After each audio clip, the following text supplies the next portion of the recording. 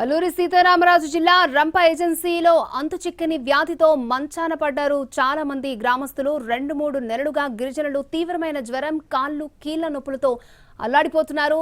లాగరాయి, లబ్బర్తి, కిండ్ర పంచాయతీలలో రోగుల సంఖ్య క్రమంగా పెరుగుతోంది. 2 రోజుల్లో సుమారు 100 మందికి పైగా రోగులు ప్రాథమిక ఆరోగ్య కేంద్రంలో చేరారు. పసిపిల్లలు సైతం జ్వరంతో బాధపడుతున్నారు. రంప ఏజెన్సీలోని రాజవొమ్మంగి మన్యంలో అంతుచిక్కని వ్యాధి 3 నెలలుగా తిష్టవేసింది.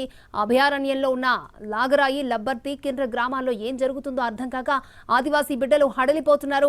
కిండ్ర గ్రామంలో 2 నెలల పసికందును సైతం ఈ అంతుచిక్కని వ్యాధి వదిలిపెట్టకుండా పట్టి పీడిస్తోంది. ఎవరిని కదిలించినా కన్నీళ్లే పెడుతున్నారు. వైద్యులు సైతం ఏమీ చేయలేకపోతున్నారు. పుట్టి 2 months అవుతుందండి. మొన్న ఫీవర్ వైరల్ తగ్గట్లేదండి. అసలు ఎన్ని హాస్పిటల్కి వెళ్ళినా తగ్గట్లేదు సార్.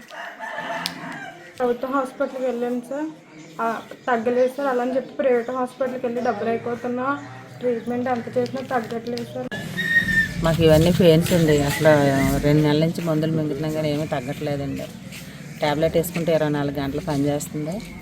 మిగతా టైంలో ఇంకా చాలా ఇబ్బంది పడుతున్నామండి. కాళ్ళు, చేతులు. రోజు వస్తే 3 నెలలైనా 2 నెలల నుంచి అయినా సరే తగ్గటం లేదు. ప్రతిరోజు ట్యాబ్లెట్ వేసుకుంటే నెల